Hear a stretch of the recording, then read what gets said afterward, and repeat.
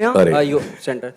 मेरा सवाल ये था, बहुत कमाल का किरदार आपका दिखा हमें, और ऑन स्क्रीन तो आप बहुत कमाल के हैं ही, ऑफ स्क्रीन भी कमाल के, क्योंकि आपके टैलेंट कमाल कमाल के टैलेंट होते हैं। एक तो बहुत ही वायरल हुआ था कि आप टंग से नोज को टच कर सकते हैं, तो क्या कुछ नया टैलेंट आप में ऐड हुआ है जो हमें बताना चाहेंगे हम लोगों को?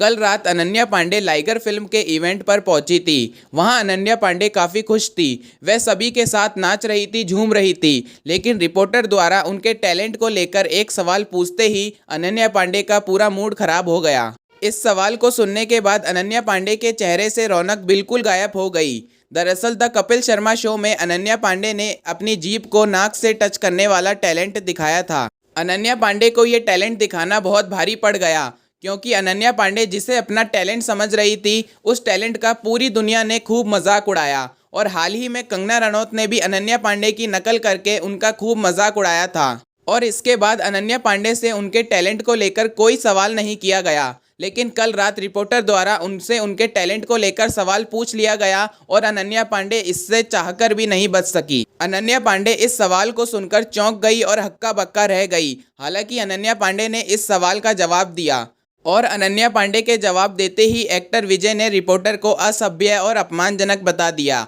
आप अनन्या पांडे का ये जवाब सुनिए। सेंटर।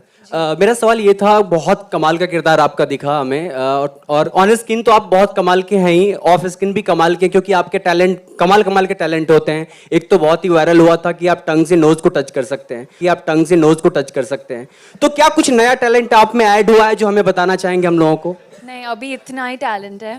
अगर कुछ नया आएगा तो बताऊंगी आपको। Very cheeky fellow you are, huh? Very cheeky guy. Huh? कारण रिसेंटली